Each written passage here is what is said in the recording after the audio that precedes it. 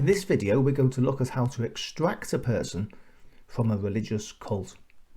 But first of all, what is a religious cult? What is the definition? There's various definitions. They all amount to similar things. I wrote this definition before, which looks at it from a particular point of view. A religious cult is a family separation group that destroys families by influencing or persuading their members to cut off members who leave. The group venerates their leader, whether he's dead or alive, and will obey without question whatever he says, because they're not allowed to question the leader. And so what is the process for extracting someone who's in the grip of one of these family separation cults? Well, there are three types of people in religious cults. There are those who are fully committed. Often they're being born into the cult, and so they don't know any different. They've never questioned it, never looked outside. They've only heard the rhetoric from the cult. It's all they know. The second group are people who, deep down, they recognise the control. They know deep down that things are a bit of a game. The leader changes the rules when he wants to. He makes things up as he goes along. And this is the second group who aren't thinking of leaving the cult, but they're not really satisfied. The third group are those who are secretly would like to get out and escape, but they're fearful of the consequences if they do. Now, all these three types of people in cults are in the grip of the cult. How do you extract them? Well, you don't. They've got to come to the decision themselves. They've got to realise that it is more important to them to be free than to be under control. It's more important for them to be able to live a life where they're not being told what to do by a man who changes the rules. And they realise that it is more important. Their values have to change.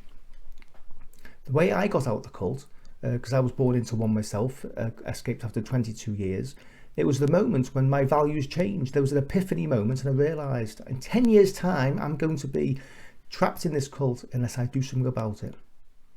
And I made the decision that moment that I'm out of here. My values changed, they shifted, and that's what people need. But you can't force that on people. You can't make them have that change of values. It's got to come from themselves. So what can we do? Well, number one, I would say, is to love these people, to love them.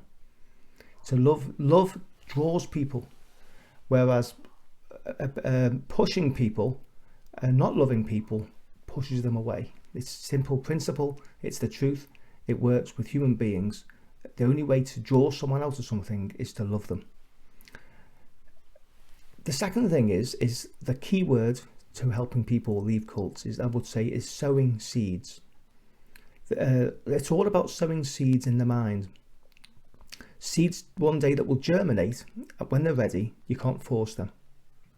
Now, these seeds are the best type of seeds are the questions. And so if you can actually speak to the members of the cults, or if you can't, can you call them on the phone, or can you write to them and communicate with them? And if you can, asking questions, just asking questions, not answers, not looking for that, not giving them answers, just asking questions can be one of the most effective ways of putting seeds into their mind. And they can be questions such as, do you know that there are 40,000 denominations in the world? And did you know that they think they are all right? And so what are the odds of your particular group being the right one when there's 40,000 different ones? That's an example of a question. Another one is to ask them what a cult is. Get them thinking about it. You can ask them about what they think of cults, other cults that obviously they think all other cults are cults. They themselves are not a cult. Asking them questions, just asking them questions, sowing seeds in their mind, being loving towards them, being gentle, is what the thing that can sow a seed of which one day can germinate and set them free. An example of this happening was the high demand cult, the Westboro Baptists in America. I think it's in Kansas. And there was a family there called the Phelps, a large family. Most of the cult was this family. It's a huge family. And Megan Phelps was I think she was a teenager, and she'd been born into it and was fully committed to their work, what they were doing. And someone on Twitter got in touch with her and started asking her questions and sowing seeds. Didn't force her, didn't push her, didn't cajole her, didn't try and manipulate her or tell her that he was right. Just ask questions. And this opened Megan's mind. And eventually she left and she married the man. And so it can work. Do not give up hope. Don't stop believing. My family was split 47 years ago when my grandparents disappeared. And then my brother, when I was 15, he disappeared. He was 16. And ever since then, I've been wanting that my whole family to be able to sit down together and have a meal.